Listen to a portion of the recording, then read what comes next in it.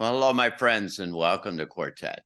So nice to have you with us here. We're coming to you on this Wednesday afternoon when we do the taping here from Berkeley Springs, West Virginia, located in the Appalachian Mountains, just down the road from Washington and Baltimore, and we're very happy to have you with us. I'm joined today by Penny Kelly. Hello, Penny. How are you? I'm great. It's good to be here, and hi to everybody out there. And Kingsley Dennis is with us from the UK. Hi, Kingsley. Hi, John. Hi, Penny. Hi, everyone. Good to be back again. Be with you. Yeah. And Greg Braden isn't with us today because he got a surprise TV crew or something that showed up to. So he's in the middle of some kind of a production, and so he'll be with us though next time. And so we'll wish him well, of course. This is Quartet, and we come to you every 2 weeks with an in-depth kind of assessment of some of the big things that are associated with this giant change that's happening on this planet, this unprecedented kind of shift that is essentially changing everything and presenting an opportunity for the emergence of a new world and a new human, by the way. And so we're happy to have you with us. We come to you from the Arlington Institute, and this is one of our programs and our products that we do, and we'll talk a little bit more of that later. But let's run around the table as we always do and say what's on your mind. Kingsley, what you've been thinking about? Well, John, a lot has been going on since we last got together. And of course, I would be at a miss to not comment on what's been happening in your side of the pond in America, of course. It's not surprising because I think we've discussed some of the events that unfolded. We just didn't know the connection and how they would unfold. But I think, this is part of a script which is playing out. And so I think what's interesting is to see the what I refer to as the octopus of power, because the octopus has many tentacles and it's playing many hands, but it belongs to one body. And so, of course, we had we now, as we're recording on the 24th of July, we had like 8 days of 3 major events, which was we can more or less say the deep state assassination attempt of Trump. Then a week later, we had the CrowdStrike outage, which affected, unprecedented degree of external infrastructure. And then, of course, at the same time as that, we had the resignation of President Biden. So all these things are kind of related in different ways. But we've talked about that. We felt that Trump may not make it, or would there be attempt on his existence before then. It's been talked about in many ways by many other people. We all felt that Biden wouldn't make it either, but that's already been pre-scripted. These things are planned months in advance. So I think we're seeing tentacles of power from the octopus. What's interesting, of course, from the Trump side is around the same time he nominated J.D. Vance. And if you look at as many people, I'm just really saying what's out there on the board. Many people know that J.D. Vance has connections with certain alt-right thinkers, some interesting philosophers as well, but also has a very strong connection with Peter Thiel, who's been his mentor. And Peter Thiel, we know, has strong connections to the technological industry, military tech industry with Palantir. And then at the same time, then we have Musk coming out, who was partnered with Thiel with PayPal, donating $45 million a month to the Trump campaign. This is all news. It's not it's not hidden. But what I think is happening is that there's been a change from the old guard to the new guard, because within this deep state there are different factions, and the old guard, which I think was operating behind Biden, and now shifting their power relations, because left or right, Democrat, Republic, you are the hands or the tentacles of the octopus. So I do feel that there's been a shift, that maybe there's going to be some more support behind the new guard, which could be behind Trump. It could be Tucker Carlson could be there. I certainly hope Hulk Hogan doesn't come in as his press secretary. Otherwise, there'll be a lack of T-shirts after Hulk Hogan, after every press secretary rips it off. But you see, and again, around the Trump faction, you have his support for people like Jamie Dimon from JP Morgan, Larry Fink from BlackRock, and all these people which very easily could move in to represent a new beginning, a new guard. But I think behind there's still the same octopus of power.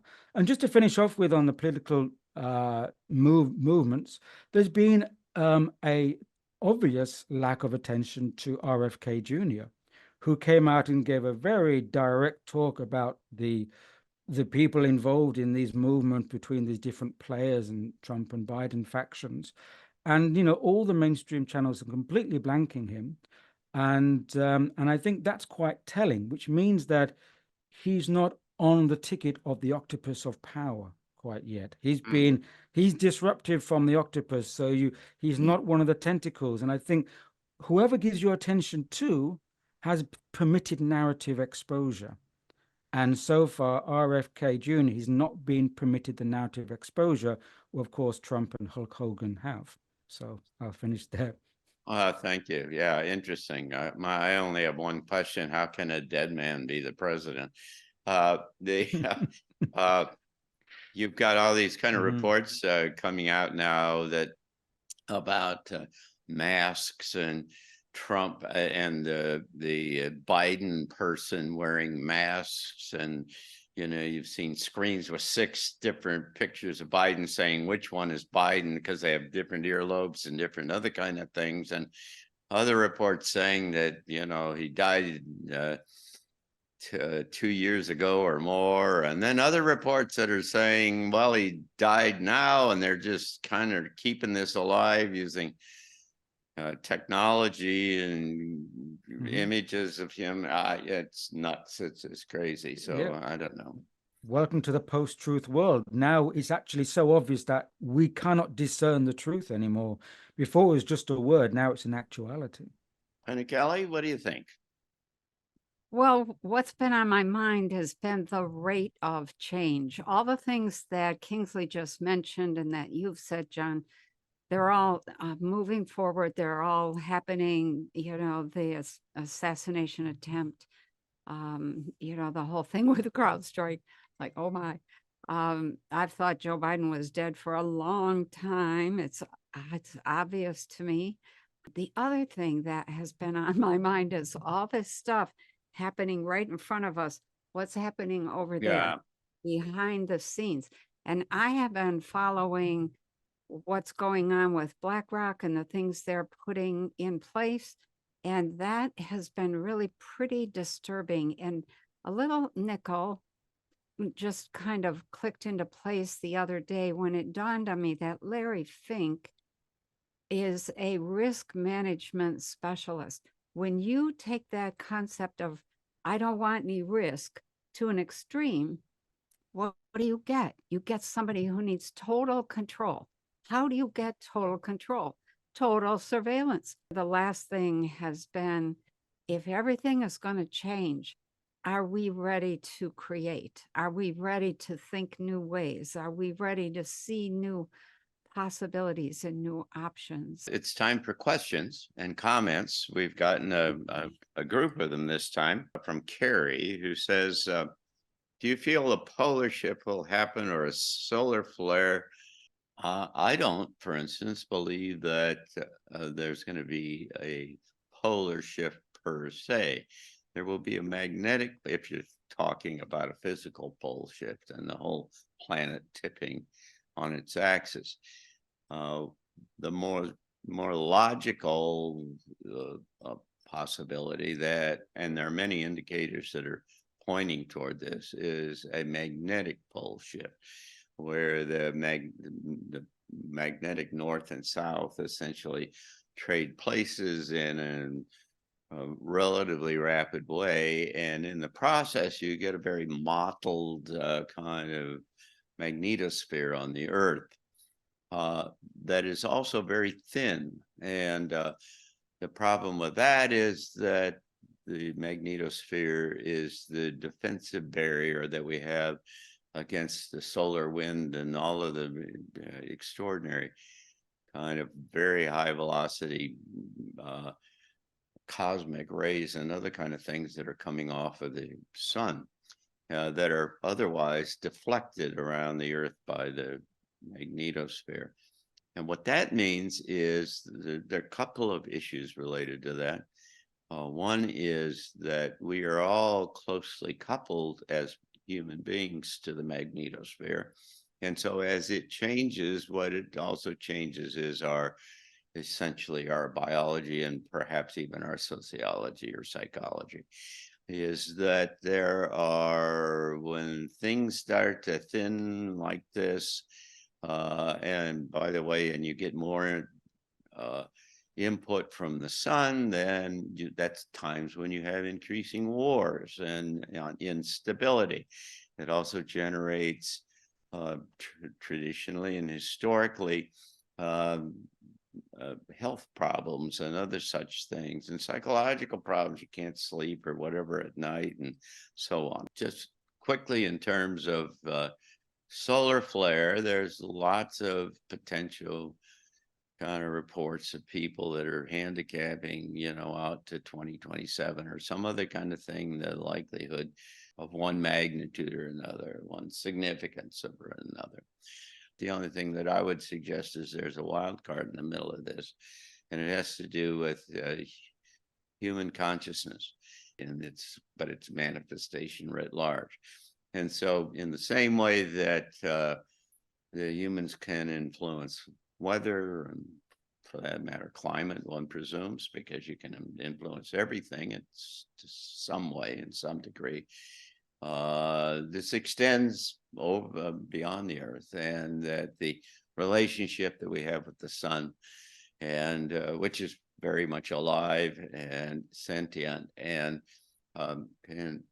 we can have this kind of change of heart, change of perspective, change of consciousness that begins to then change the output or the outcome of all these kinds of things. The general piece of information that people need to understand is that consciousness is directly related to the signature of your own frequency set. So whatever that frequency set is able to produce, that's the kind of consciousness you're going to have. There's a lot of people that are saying, I want to expand my consciousness. Well, when you do that, you have to be willing and able and ready to manage the energetic change, which is an electromagnetic shift. If you are ready to take that energy and kind of rethink yourself, you can step into extremely high states of consciousness and retain the ability or the understanding of how to get into those. Even after that energy settles down a little bit, you continue to hold it. If you see that event as, oh, I need to protect myself, I need to get in a trash can with metal and a bag that prevents me from being touched by any of that, you're not going to have any change. But if you welcome that change and you're ready to breathe your way, think your way, direct your way through it, that can result in massive changes in your state of consciousness. So yeah, and the emergence of a new human, essentially. Yeah, exactly. So it could be the catalytic event that does that. And so right. You have no idea at this point at all what might exactly happen, because as we've just watched, we had all these predictions for the 15th of July that there was going to be some big event, and that was on a Monday. Yet on the Saturday, 2 days before, you had the assassination attempt on Trump. And what I can tell you is, I think, as a futurist, my experience says is that those kind of things get coupled. That is to say, if there was a plan for a major kind of event, we talked about the possibility of some kind of an EMP strike or some other kind of stuff, that the fact that Trump gets threatened 2 days before changes the whole dynamics of the situation, and people make different kind of decisions, and they say, God, what we were trying to do will get lost in the middle of all of this, and for whatever reason, the outcome kind of changes. And so it's a very dynamic kind of process. The one thing is certain is it's going to continue, and it is going to be increasingly dynamic as we run downstream. So that kind of brings us to our topic of today. In response to the whole assassination attempt on Trump, what you've got is a great deal of, quote, analysis that's coming from many, many different kind of sources that is trying to explain each and every kind of aspect of everybody or everything that's involved in this thing. And then particularly with then the Biden event, where somewhere all of a sudden Biden got COVID and disappeared and so on. Then there are pictures, very interesting ones that came out yesterday. Biden's had a mask on, and that you could see him scratching his neck, and it's clearly that there was a rubber mask. So you start backing away saying, well, what in the world is this? If there really isn't a Biden and he isn't the president, then what about all of the things that presumably been signed off on or decisions made by the president? Kingsley alluded to is that there was this huge CrowdStrike event that shut down millions of computers across the planet. The interesting kind of analysis is starting to come out, anonymous for sure, which you always have to kind of keep in the back of your mind. What happened was that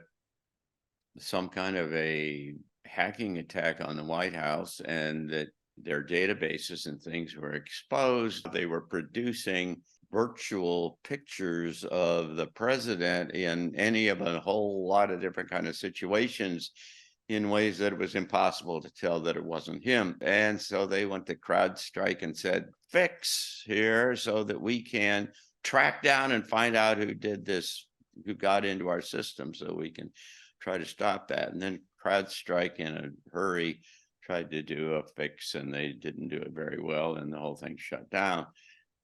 The secondary issue related to that is that there are reports from pretty credible sources that are saying when CrowdStrike did that, they just opened up instead of providing the encryption kind of barrier and protection that they usually do, they opened up this whole kind of cloud system to people getting into the middle of it. And there's all kinds of possibilities that people could now have extracted deep kind of secrets out of the middle of this whole thing. I've been reading this book by Barbara Marciniak called The Family of Light, from these presumed Pleiadians. But what they say is that we are in this giant kind of cosmic, historic kind of period between two eras.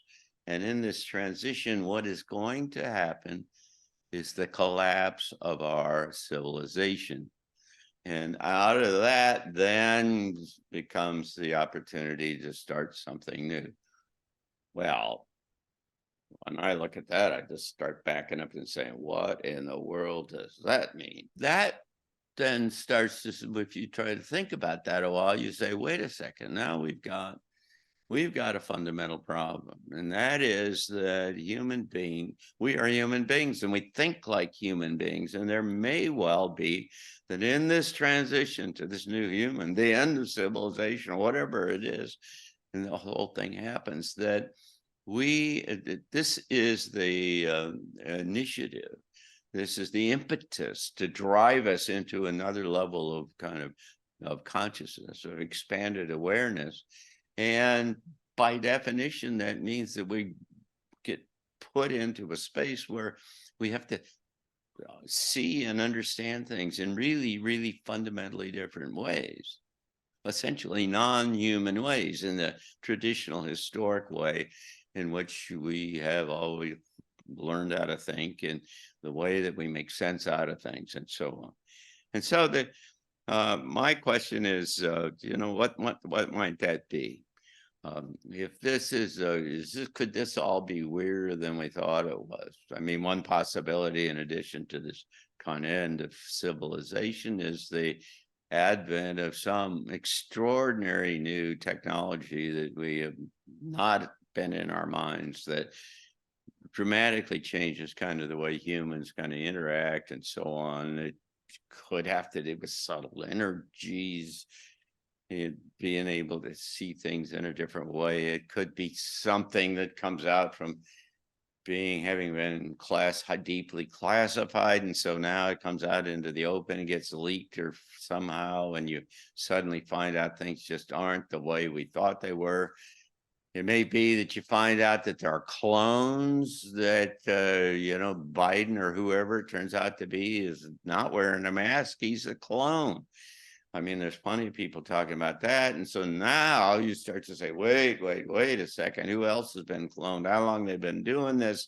And so on. And it just drives you into really strange kind of possibilities that are not on the general kind of on the table for the way we all think about these kinds of futures. And so, Kingsley, what do you think? How might it become kind of weirder than we think it might? Well, John, yes, thanks for that lead up. As you've said, everything is really weird. But the thing is, it's only weird because weird is a definition according to our paradigm, our reality construct. We don't really know what's really weird yet because we haven't got there. So I think what we're suffering from is the limited capacity to think based on the reality construct that we've acclimatized to. And within that, I mean, there's different levels, there's different gradations. I mean, there's the cosmic kind of reality construct. This is how the cosmos works, and etc. It comes down to where we are now in this social setting. And then I think we're suffering from extra limitations, the constraint of this thing called modern society, which I think has restrained us even more to the point where we think in linear terms. Now, ancient past, they didn't think in linear terms. You've got the ancients who observed from the stars and astrology, and they understood the kind of astronomical cycles. If you go back, even the Greeks and the Greek poet Hesiod understood the terms of golden age and the different ages. So it's only, I think, in relatively modern times we've been programmed into this linear construct. We don't have a historical short-term memory of cycles. I mean, we have smaller social cycles, but grander cycles, no. Our historical narrative is a linear one. And we think, therefore, if we take technology now and we go further with technology, it's going to solve all the problems. We don't know what's true anymore. We don't know what's true. Everything's a replicant or a substitute or a simulacra of something else. Now, that may seem confusing, but I feel that that's a positive sign, because you can't start to reassemble when the current paradigm is so solid. Solidification doesn't really enable a recalibration so well. Penny made a very pertinent point, amongst others, is that things are accelerating very quickly. And that also is a sign of reaching a kind of threshold. Events are moving quickly because the background energy is speeding up, you see, and therefore events are cascading.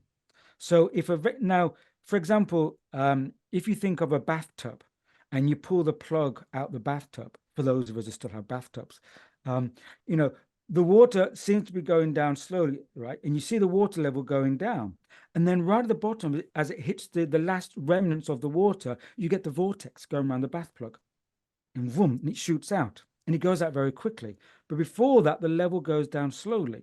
That's showing you that the level of energy is further away from the threshold or tipping point at the vortex.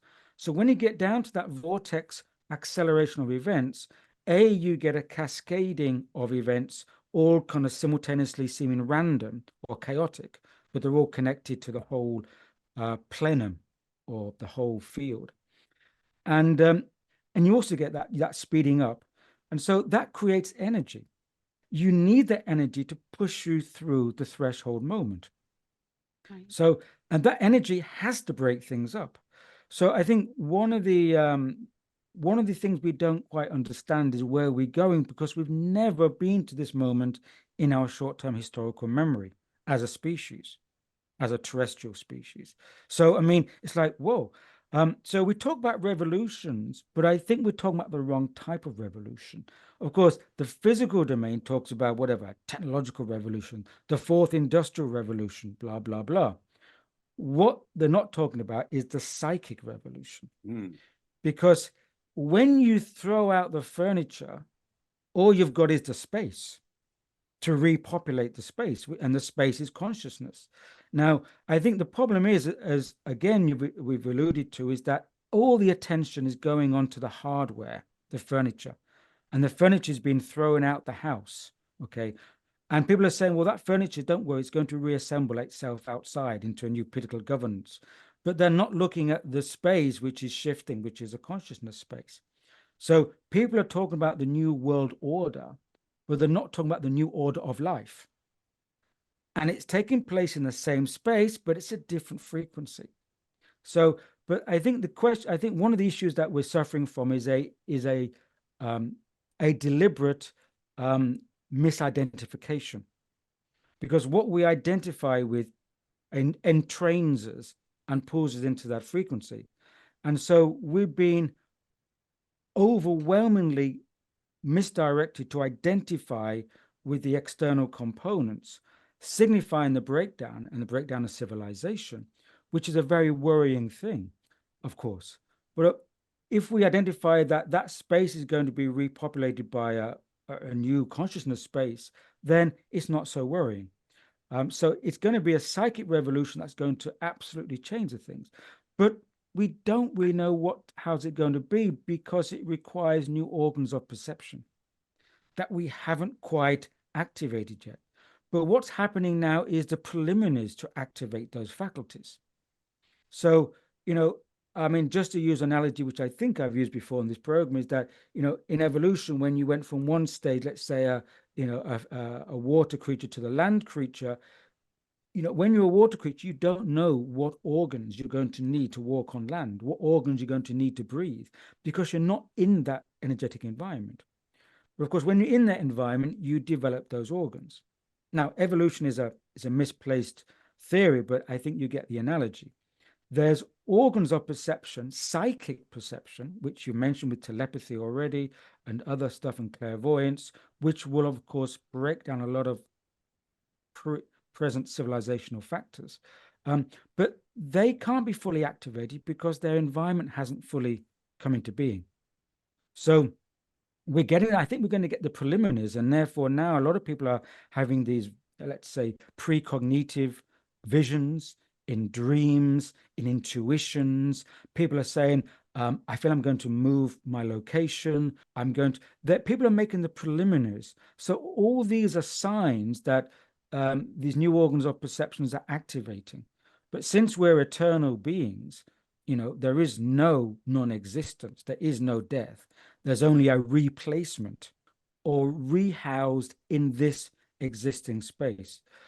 So I think the main thing is, when a new frequency comes in at that tipping point, it can either break down and break through, can exist in the same space, but it's, as you talked about in the two Earths model, it's not two Earth, it's two frequency variations.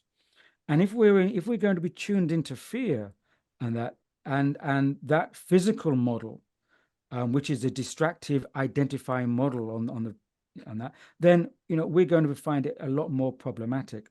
It's like being in a plane, and the plane, depending on the altitude of the plane, depending on how you experience the turbulence.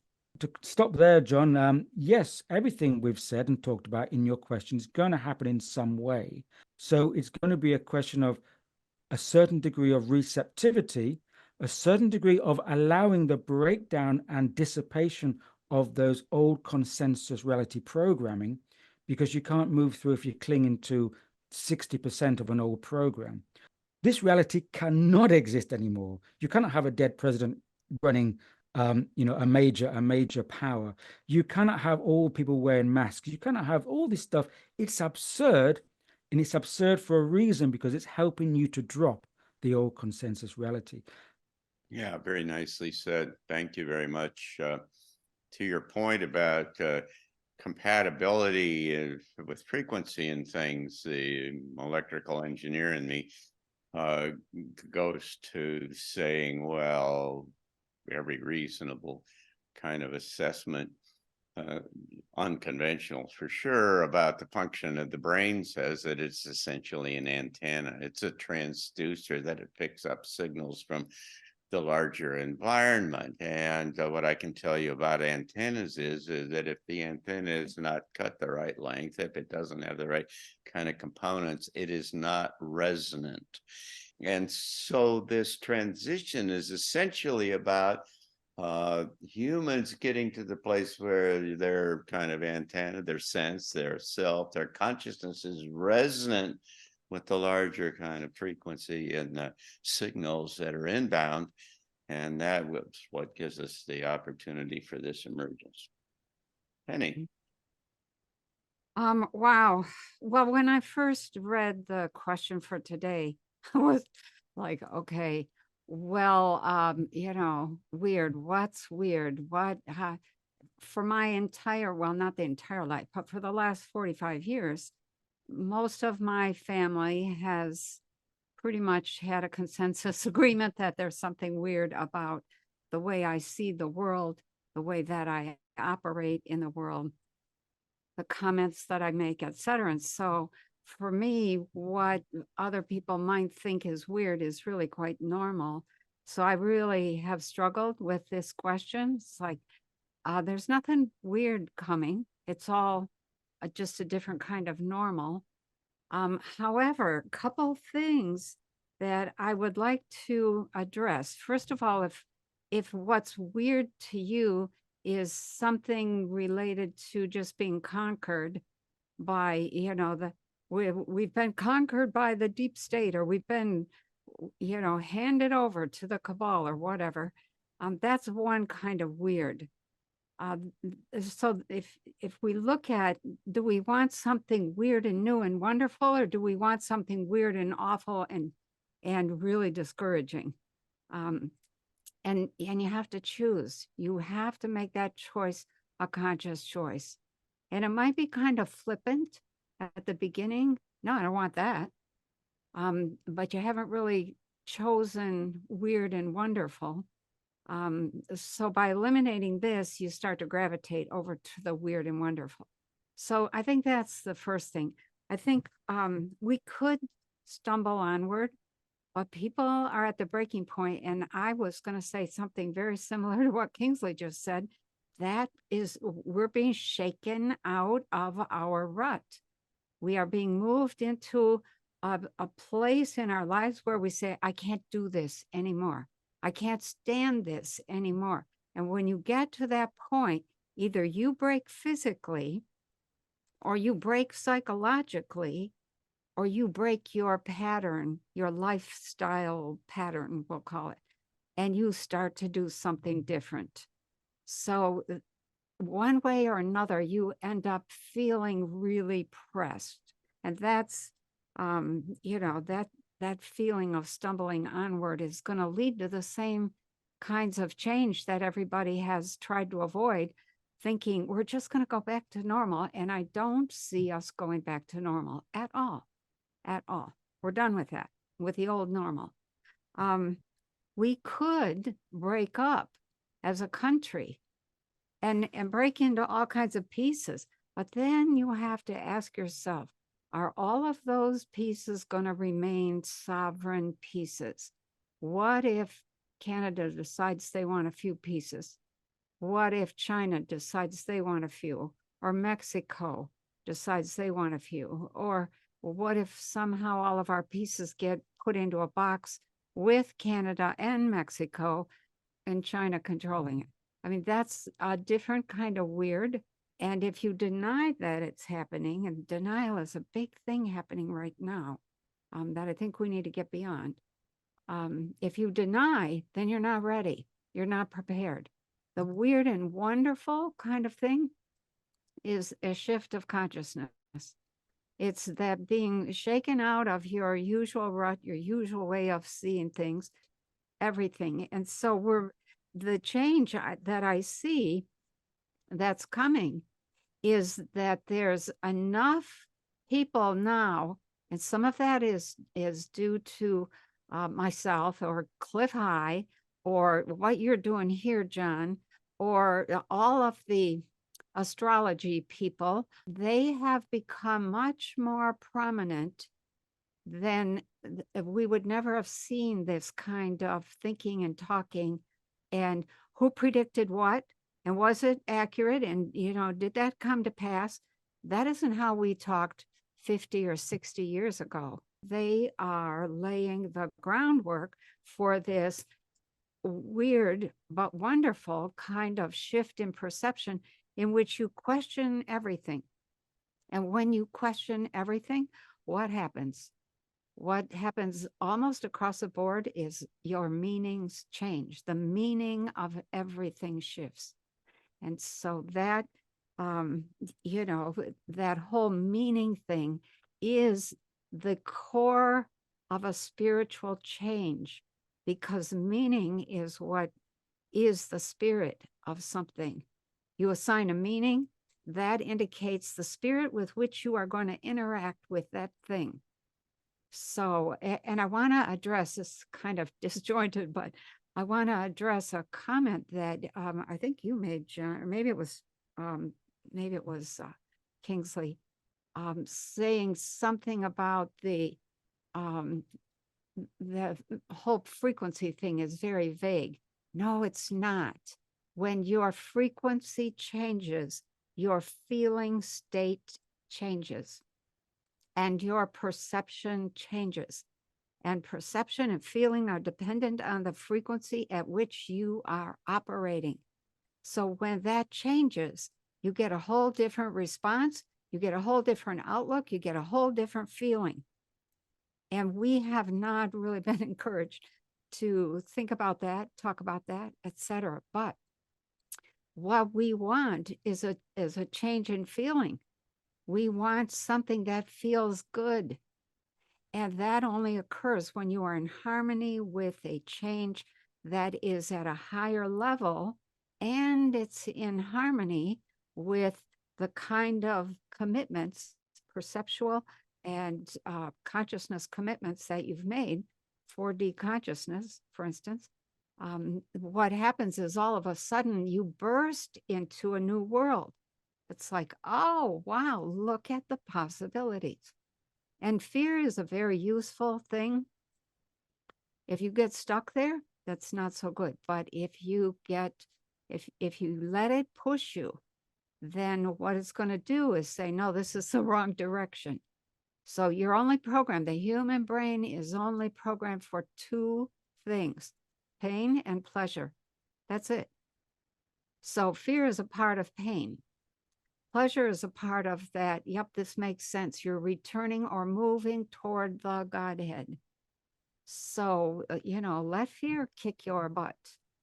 Let fear move you away from what you have been doing and begin to take charge of your life. And I think that alone is weird enough for most people that I'm not sure that they would be really comfortable with that at first. But the bottom line weird that I see is people returning to their own inner authority. You need to know yourself. It comes down to that. So Yeah, I'll stop there. That's very nicely said. Let me just say one more thing.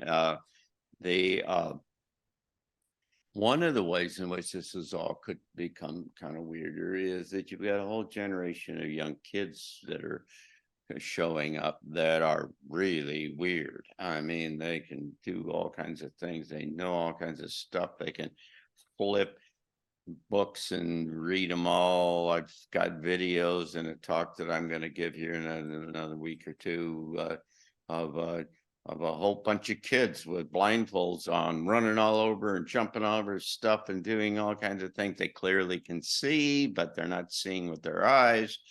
And so there is, to the extent that that is representative of the bubbling up and the emergence of these new kind of capabilities, there are things in play here that are some of us of a certain age just have a hard time trying to understand and how that all works.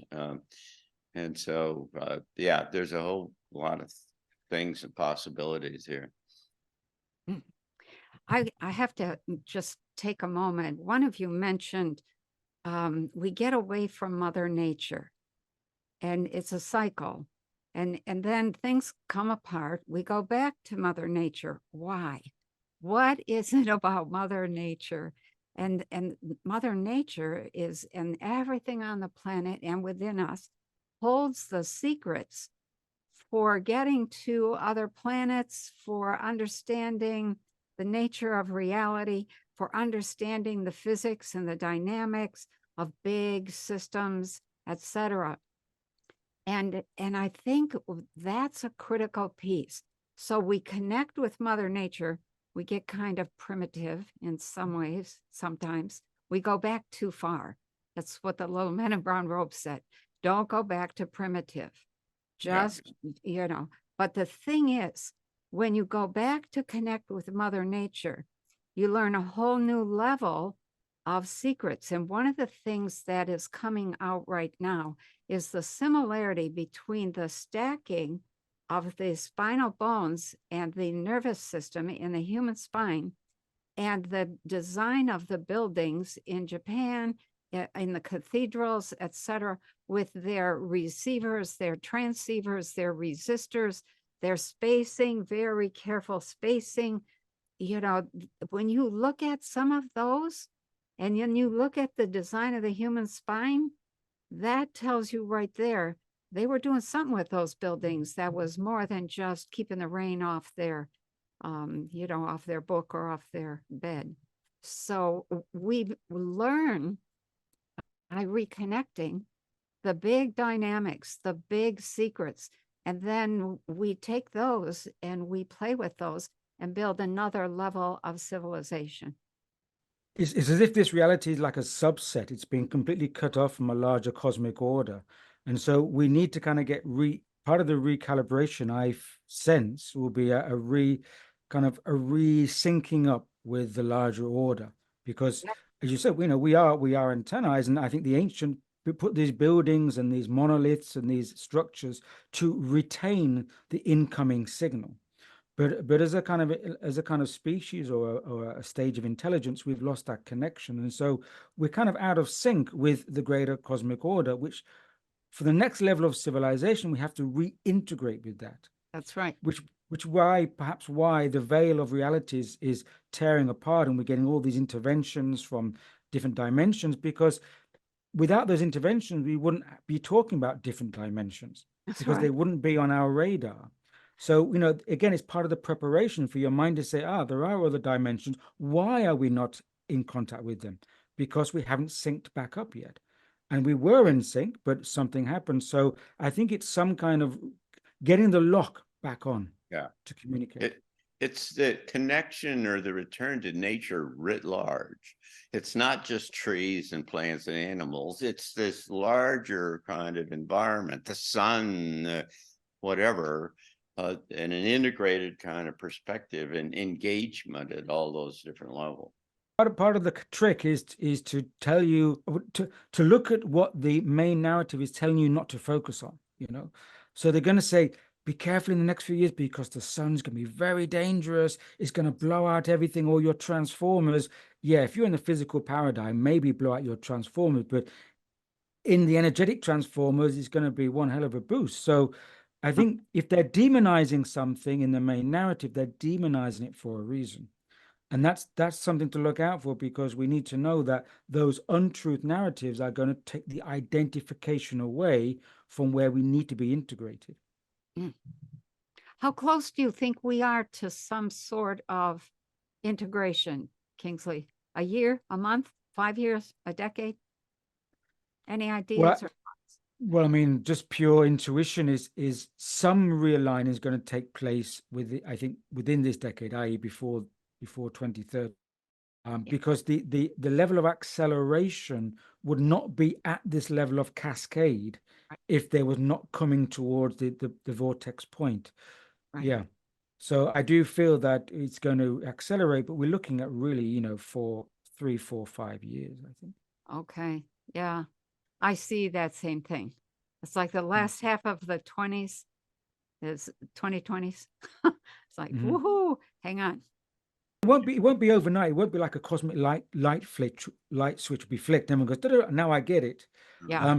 I think we have to make the first steps because unless we start to unscrew the hinge, you can't rechange the direction. So I think the discord that's happening physically is to allow us to make the preparatory change. And once you start to line, then you start to then to get much more help or impetus to shift that alignment. Yeah. Yeah, the process probably, to my way of thinking, is that a series of kind of catalytic events that happen, each of which kind of opens up, jacks you into a new space, opening up a new perspective. And in terms of kind of conventional thinking, which I would call Martin Armstrong, he talks about a global civil war over the next 2 years, 25 to 27. Well, that's enough to kind of get a whole lot of people's attention. We've got to change the way we think and we operate with each other. No more wars and so on. Yeah, I think we are very close. And I'm hoping that people take take the information and use it to start the restructure, because it takes, time. And don't rush, or you just end up getting yourself all freaked out. I think we have to walk with one foot on each side of the fence for a while yet.